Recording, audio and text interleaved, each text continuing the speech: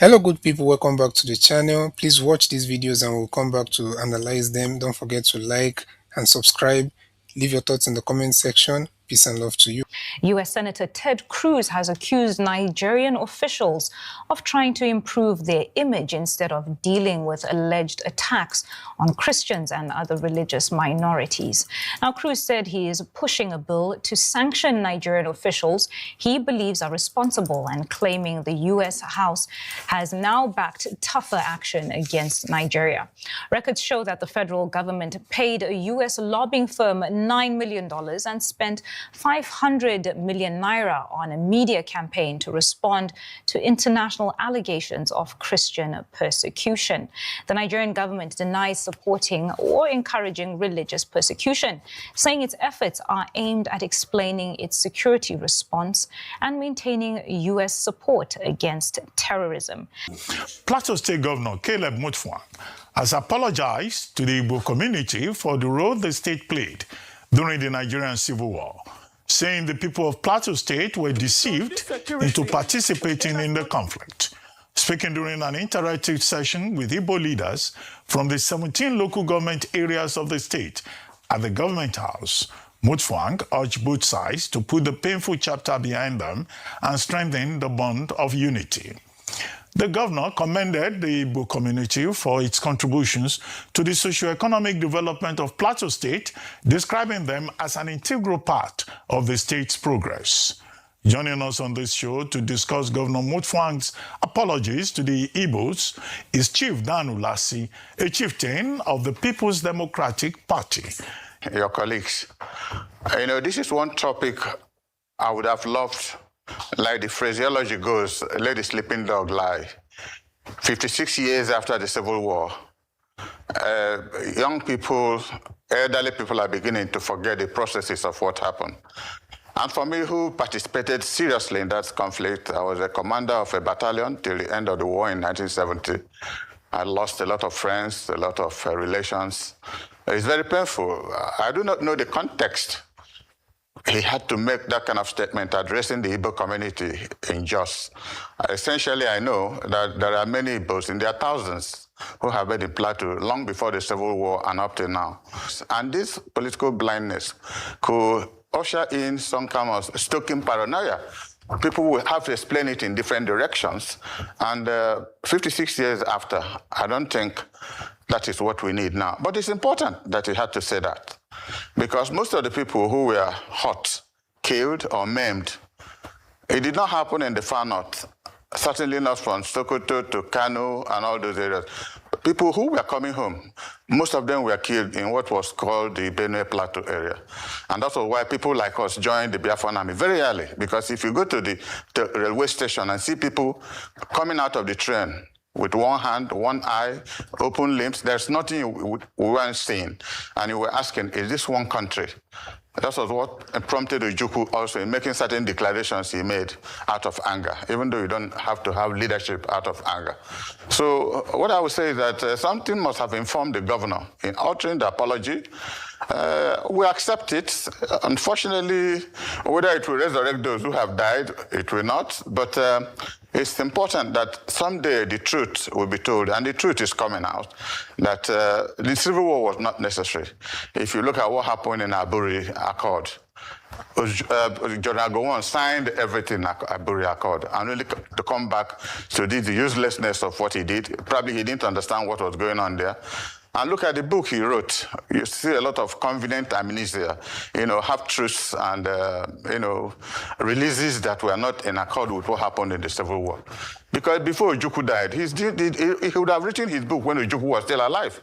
Before General Ojukwu died, he was making a lot of comments about the Civil War, and Gowon never replied him. But for Gowon to come out now and issue his kind of brand of, I call that investigative hypnosis, because he knows now that nobody is going to challenge him in what he has said. It's unfortunate that we'll have to resurrect dead matter that will not help Nigeria anymore building a future of love for all of us. Look at the crisis we have. There's almost a civil war in Zamfara, Sokoto, and Kebbi areas. There's war in Plateau. All over the place. There are, recently in Oyo State, a lot of kidnapping, killing of a headmaster. The country is filled up with a lot of problems. We don't need, this kind of dialectic profiling. But we can never let the sleeping dogs lie of the Civil War, because we need to interrogate these matters for Nigeria to have essence. We can never let it lie.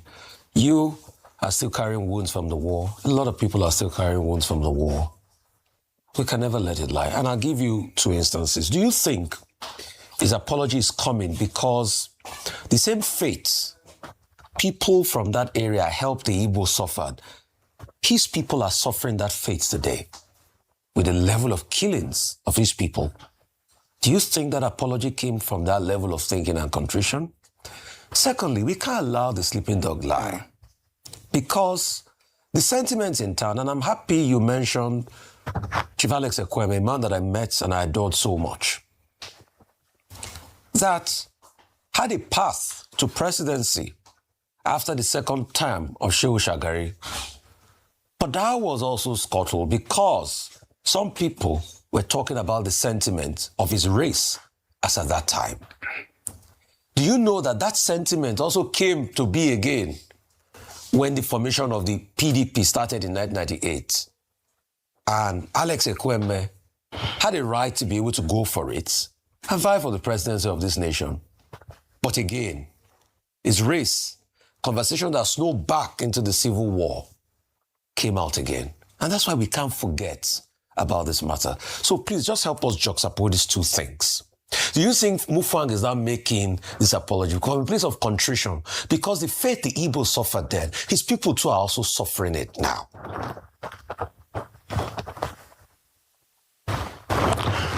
Hussaini, let me tell you something. I want to learn from you this morning. We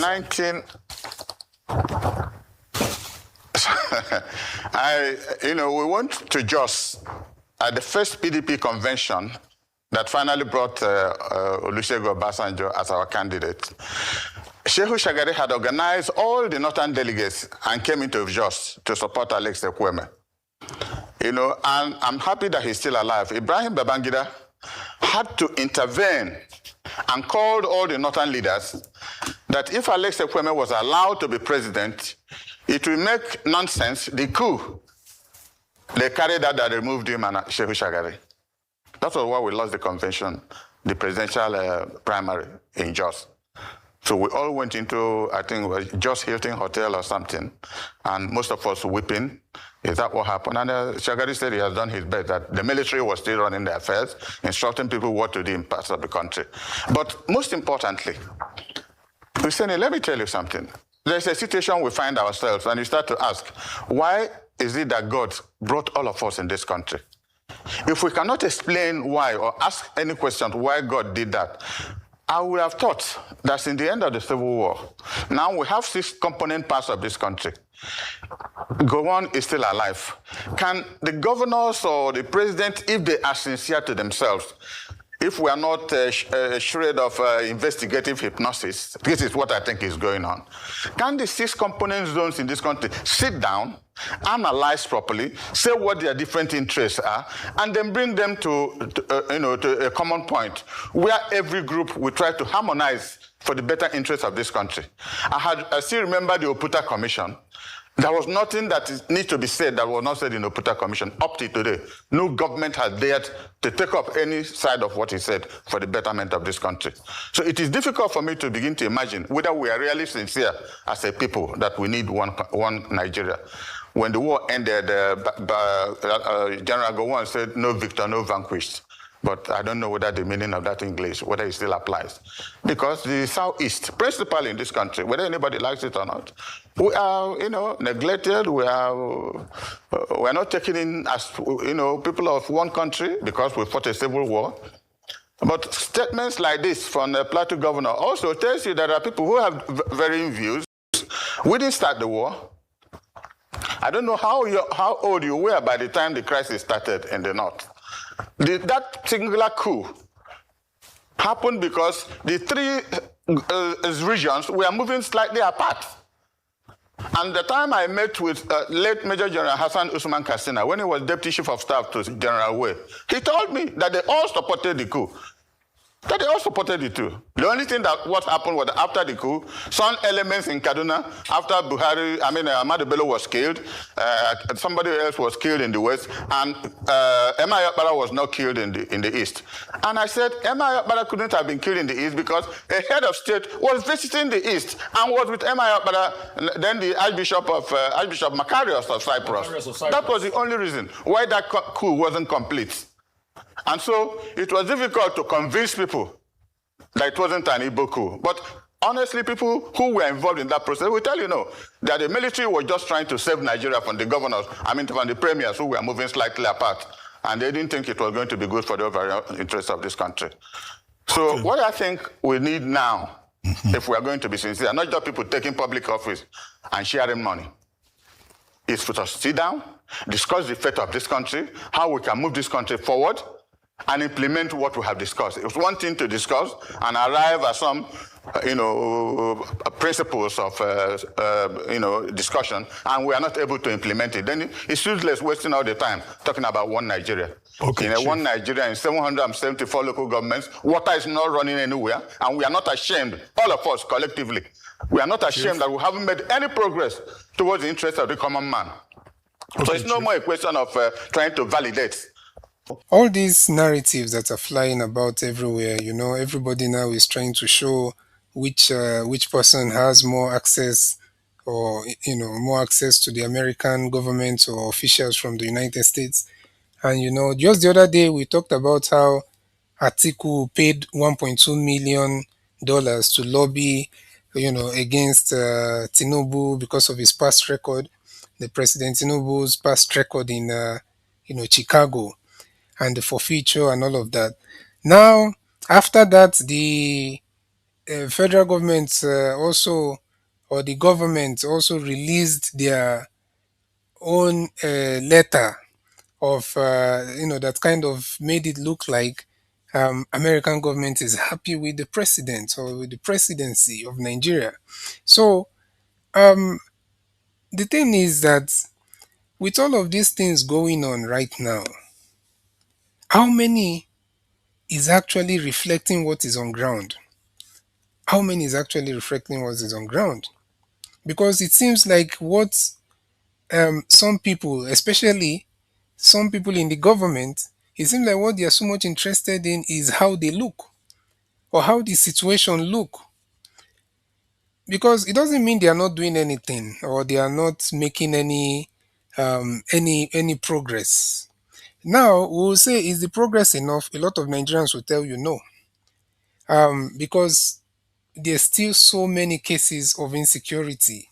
After the Oyo students and teachers were released, the next, I think the same week, there was also another incident in Kogi and in different parts of the country. So all of these things going on at the same time. And what some people are very much interested in is in the public relations, is in the, the how it looks on them, if they are looking good, if they look like they are succeeding, or if they look like they are failing. And who are the people suffering everything? The ordinary Nigerian people, the Nigerians that are in those areas where these things are happening. So Ted Cruz coming out to now say this thing again after the presidency has released, have released a letter showing that America is happy with them because of the collaborations and all of that. What does that tell you now? Because Ted Cruz is a senator, a very well-known senator, and that is a very key official in President Trump's administration. So he has come out to tell you that the government, Nigerian government, is spending a lot of money in lobbying just to cover what is on ground. That's basically, maybe not word for word, but that's basically what he's trying to put across. And what does that tell you as an ordinary Nigerian? So it means that this whole thing is more about how you look, PR, and your relationship with the United States when we are talking about insecurity that is affecting the lives of millions of Nigerians. Many Nigerians are looking for how to, leave those areas. Is it a good thing if everybody migrates from their homeland or from where, their communities or regions and go to different places? It's not a good thing. It shows that the terrorism or the terrorists are winning. So what does that tell you? Is it not misplacement of priorities? Forget about how you look. Now, it doesn't mean that we are hearing, like you see now, they are trying to enlist, or they're trying to, they've created other divisions in the military. They're trying to, you know, uh, engage 28,000 soldiers, new soldiers, and all of that. So it doesn't mean we are not seeing the military doing some things or making some progress, but is the progress enough? A lot of people will tell you no, because we keep on hearing the reports of insecurity. If we have stopped hearing, or if we had it once in 3 months or something, you might say, okay, that it has reduced drastically, but there's still insecurity. But now you keep on hearing it every now and then. So what are the people going to do? So it means that as much as they are, the military is kind of reinforcing itself and all of that, they also need to do the groundwork, like something similar to what the governor of Niger State was saying about, when he was warning any family or Fulani family in his state that might have somebody that is linked to kidnapping and they are probably keeping quiet, or maybe warning the radical Islamist preachers from, warning them to stop radicalizing the young people. So we need all those kind of sensitization, and we need people to, to be held responsible if they are linked, not only waiting to catch the terrorists themselves or the kidnappers themselves, people that are linked to them, that know about what is going on but are keeping quiet. Those are people that are also complicit. You need to go after those people also. People that have some links to these people, that knows what these people are doing, but they are quiet about it. You need to go after. So you need a lot of, grassroots level, uh, security movements or infrastructure. It's very important. For the governor of Plateau State coming out to say that they are sorry, and they're for engaging or being part of, the war of, and of fighting against Igbo people during the Civil War. I think it's a good thing. I have a little bit. I agree with a lot of the things Danulasi said, but I disagree a little bit in the part of it's not necessary, and it's necessary. There should be even a national acknowledgement, and whatever, if you need to, what is that thing called, reparation, pay reparations, or kind of, just acknowledge, pay reparations to, the people of that were mostly affected, especially the Igbo people of the East. Now, it doesn't mean that some people did not lose loved ones, or in the, in other parts of the country, but it was mostly soldiers. And I think the families of those soldiers also should be make sure that the government should make sure that they are okay. Soldiers on both sides. But for the East, even families, a lot of families, maybe one out of 3 or 4 families, maybe one out of three, or even it can be less than that, families in the East, they had, they lost someone or lost people. That's to show you um, how dangerous and how deadly that conflict was. So I think they should, and what happened after the whole thing, $20, £20 in their account, no matter what you had as an Igbo man, £20 was what you're left with for you to go and start doing something again with your life. And Igbo people, they are known to be very industrious and very hardworking. Entrepreneurship spirit is very high, very determined. And now they were able to make something out of that, And right now, you can't look at them and say these people are at the bottom of the food chain in terms of, their progress. They're still top. They're still up there because of the thing is inside them. They're able to succeed. So I think they should be able to. They should be even a national recognition. If you apology, yes, you might say no, no victor, no. Is it no victor, no vanquish, or what do they call it? You can say all of that, but we all know which people lost. Which people lost a lot, not just their properties, investment, or anything, even lives. So many of them, all the way from Asaba, Asaba massacre to to what happened in the east, everywhere. And this Benue Plateau, you see, I feel like maybe it's also a spiritual move because as much as you say, oh, you don't want to be superstitious or you don't want to look at it in a spiritual way, you know, whether you believe in it or not, there is whatever you sow comes back to you. Now, it doesn't mean that everybody in Plateau sowed the bad seed or was against Igbo people, but sometimes when your leadership makes decision, it kind of affects the whole region or the whole state or the whole place. So apologizing might also be a spiritual thing because you see now the insecurity, how strong it is, this thing of terrorism and banditry and all of these things. You see how strong it is in places like the Benue State and the Plateau. So the Igbo people have always had that, that issue of being attacked for their tribe and for their religion. In some parts of the north, in Zaria, in some of these places.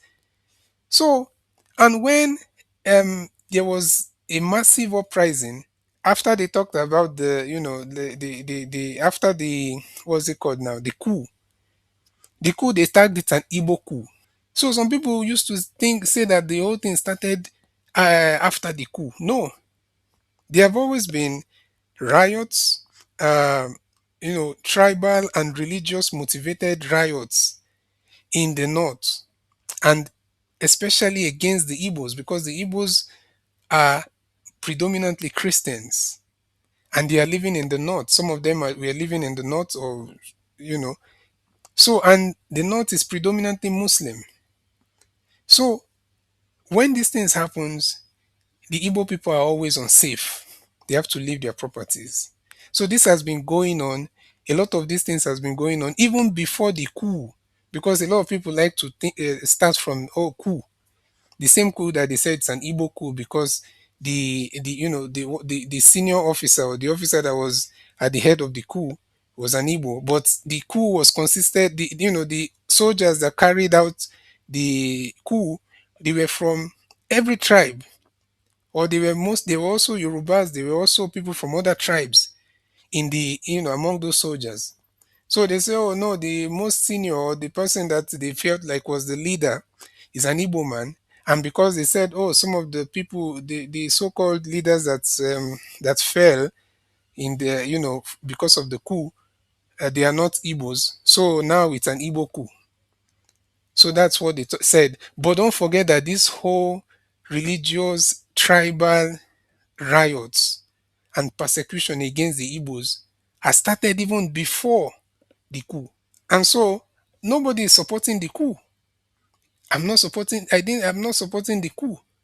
But I support people coming out and speaking against what they saw as injustice against a particular section of the country. So when the Igbo started leaving the north because of the attacks, especially after the coup, they tagged it an Igbo coup, and illiteracy and all these people, they started attacking Igbo people that had nothing to do with any soldier's decision. They started attacking them, destroying their properties, just doing all manner of evil to them, unaliving them everywhere that they see them in the north then. So the Igbos, many of them started running back to their homeland in the southeast. And the places that most of them passed through was Plateau and Benue. These people are not corner, they are called middle belt. So when the Igbo people were passing through those places, they were attacked by people in Benue and Joe and Plateau. And you see, because of that, a lot of the Igbos will always remember those people as people that attacked them, as people that instead of helping them leave the corner where they were being attacked, they even did more attack on them for trying to pass through their land. So yeah, the governor should apologize. It's a good thing that he apologized. I think even the national government or the federal government should also try and mend relationships and also try and families that were greatly affected by the civil war should be kind of giving some kind of reparation. I believe so. So I agree with most of the things that Danulasi said, but the part of saying that we don't need to apologize, no, it should. And this thing of go on saying that, with his book and all of that, you see, that book, I saw some review of it. I've not read the full book. I'm not even so much because I understood what it was about. It's more of trying to um, kind of trying to make yourself, trying to justify your decisions and your actions, knowing full well that you totally failed. To me, Gowon was a total failure because you can't go and have talks in Aburi in Ghana, then you come back and do contrary to the talks. So there you can't do that. And you came back, and instead of trying to make sure that this thing does not escalate into an all-out war, what did you do? So were you not in charge? And if you were not in charge, who was behind the those who was holding you from making decisions that will save lives of people? Who? So instead of taking responsibility, you're there saying trying to make it look like you were right. You know how many? The over 3 million people lost their life in that war. In the east, among Igbo people, over 3 million. Imagine that. Do you know how many countries, how many nations on this earth that does not have a population of up to even 1.5 million? And you're talking about over 3 million people. That's not a joke. So apologize is also good for your soul.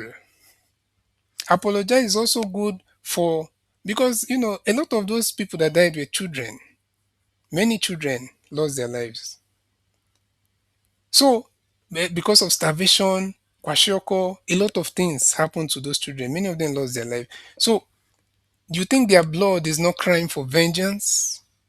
You think their blood is just there? You think their blood is not crying for vengeance? You might say, "Oh, that's a superstition. You don't believe." Whether you believe it or not, you can call it karma. You can call it what you sow, you will reap. It's the same thing. What you sow, you will reap. So I think the governor made the right move to apologize to the Igbo community. But it's beyond apology. Apology is a step, but they also need to do some official national kind of honor and apology, remembrance, and if possible, which I think it should be possible, even pay reparations to those Igbo families that lost their loved ones that was really affected by the war. So that's where I'll leave it for today. Please like, subscribe if you haven't, leave your thoughts in the comment section, and I'll see you next time.